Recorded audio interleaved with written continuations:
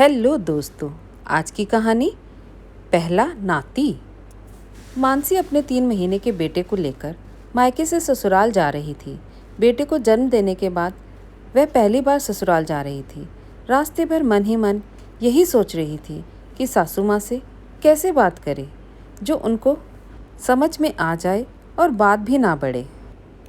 तभी उसके पति नैतिक ने पूछा, क्या हुआ, गुमसुम हो, क्या सोच रही हो?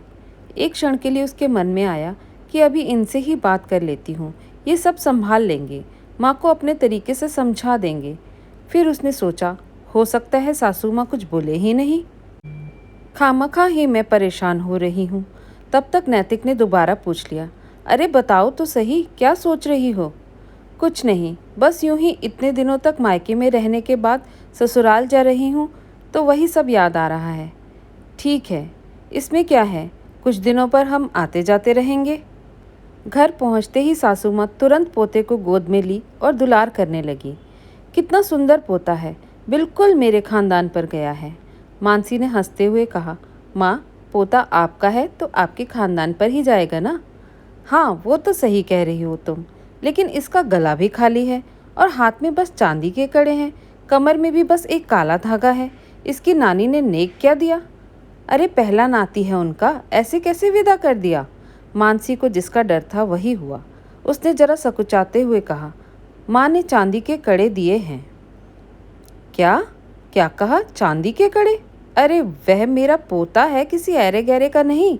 तेरे माँ बाप को इतनी हैसियत तो है ही कि नाती को सोना दे सके। तुम्हारे पिताजी की तो सरकारी नौकरी है। हाँ माँ, मेरी माँ सोना देने की ही बात कर रही थी, पर मैंने ही मना कर दिया। इस बात हाथ जरा खाली था तो कहा अगली बार दे देने के लिए। मानसी नहीं चाहते हुए भी सच्चाई बोल दी। हाथ तो लोगों का जीवन भर खाली ही रहता है, देने की तो नीयत होनी चाहिए।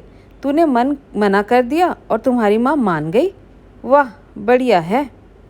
सास की बात सुनकर मानसी कुछ नहीं बोली, पर उसे पूरा यकीन था कि बात यहीं खत्म नहीं होगी। ज़रूर मम्मी सबको बताएंगी, तानों की बौछार होगी। यही सब सोच सोचकर मानसी रात में ढंग से सो भी नहीं पाई। अगले दिन मानसी की पड़ोसन नेहा आई बच्चे को देखने। उसने बच्चे को दुलारते हुए कहा, आ गया बाबू नानी के घर से? यह कड़े तो बहुत सुंदर हैं, किसने दिए? नानी ने। इतना सुनते ही ससुर जी बेफर पड़े। अरे क्या देंगे, पहला नाती हुआ और सोने की बजाय उसे चांदी के कड़े दिए। औकात तो है ही नहीं, कहने को तो सरकारी नौकरी करते हैं। इतना सुनते ही नेहा आश्चर्य से बोली, अंकल जी अब तक तो मैं समझती थी कि आप बहुत अच्छे हैं, स्वाति भाभी को भी बहुत मानते हैं, लेकिन आप बहू को इस तरह सुनाते हैं, आज पता चला।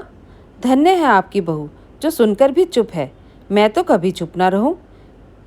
अगर मेरे ससुर जी ऐसे सुनाएं तो? मानसी के ससुर ने कहा, ऐसे कैसे बोल देगी, बहू है वो। नेहा बोली, अंकल मैं यहाँ और नहीं रुक सकती, नहीं तो शायद मैं कुछ ज़्यादा बोल दूँगी। मैं जा रही हूँ। इधर अपने कमरे में मानसी रोने लगी ससुर की बातें सुनकर, और उसे आश्चर्य भी हो रहा था कि सास ने इतनी जल्दी ससुर जी को भी बता दी नेक वाली बात। तभी कमरे में नैतिक आया और पूछा, क्या हुआ? मानसी ने सोचा नैतिक को बता देती हूँ कि मम्मी पापा ताना मार रहे हैं चांदी का कड़ा देखकर, हो सकता है वो समझा दे उन्हें।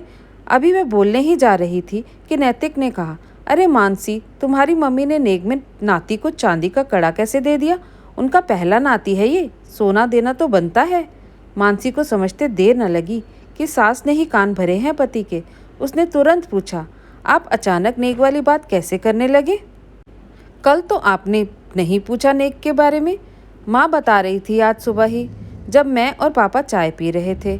मानसी को बहुत गुस्सा आया। उसने बोला, क्यों, ज़रूरी है कि नेक सिर्फ नाना नानी ही दें? आप क्यों नहीं दे सकते? इसके दादा दादी क्यों नहीं दे सकते?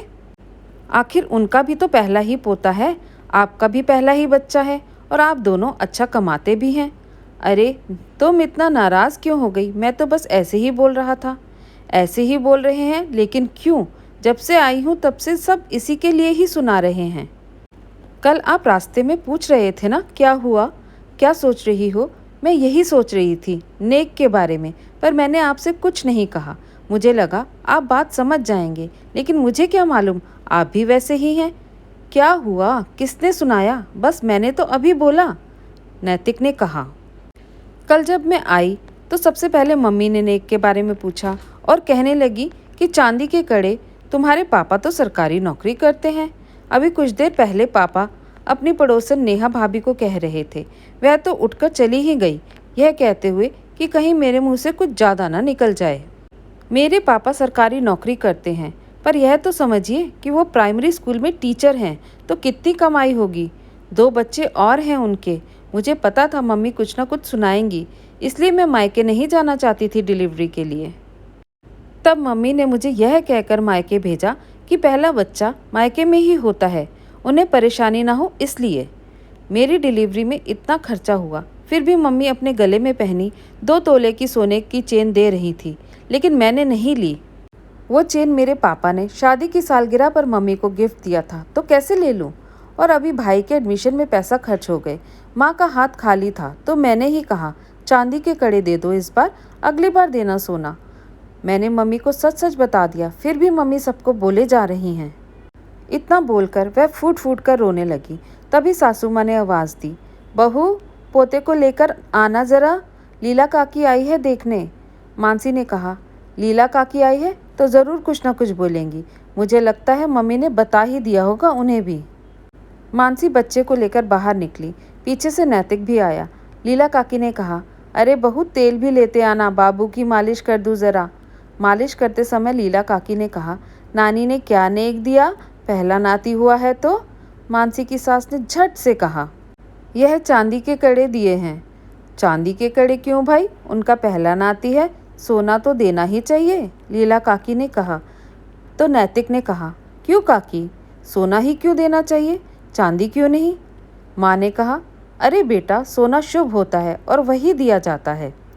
इसकी नानी कंजूस है इसलिए नहीं दिया। माँ, इसका मतलब मेरी नानी भी कंजूस थी, क्योंकि नानी ने भी तो हम दोनों भाई बहन को चांदी के ही कड़े दिए थे। अरे तू चुप कर, मेरी माँ की बुराई कर रहा है सबके सामने। नैतिक ने कहा, माँ आप भी तो वही कर रही हो, कल से मानसी की माँ की बुराई ही किए जा रही हो। जब आप अपनी माँ की बुराई नहीं सुन सकती तो वह कैसे सुन सकती है?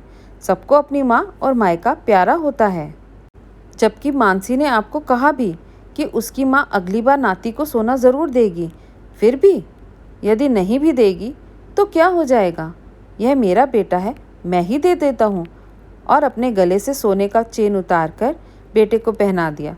नैतिक के पापा ने कहा, चुप रहो, अपनी माँ से ऐसे बात करते हो? पापा मैं क्या गलत बोल रहा हूँ? और आप भी मम्मी को ज़्यादा सहमति दीजिए। अभी मम्मी गलत है, समझाइए, नहीं तो यह छोटी छोटी बातें घर टूटने का कारण बन जाती हैं। मानसी मुझे माफ़ करो, मैंने भी मम्मी की बात सुनकर तुम्हें सुना दिया। नैतिक की बात सुनकर लीला काकी ने कहा, बेटा तुम बिल्कुल सही कह रहे हो, बहू तुम मुझे भी माफ़ करो। दोनों की बात सुनकर मानसी के सास ससुर कुछ नहीं बोले, पर उनके चेहरे से साफ झलक रहा था कि उन्हें अपनी गलती का एहसास हो गया है। धन्यवाद दोस्तों। कैसी लगी आपको आज की ये कहानी? अगर पसंद आई तो लाइक और शेयर ज़रूर कीजिए।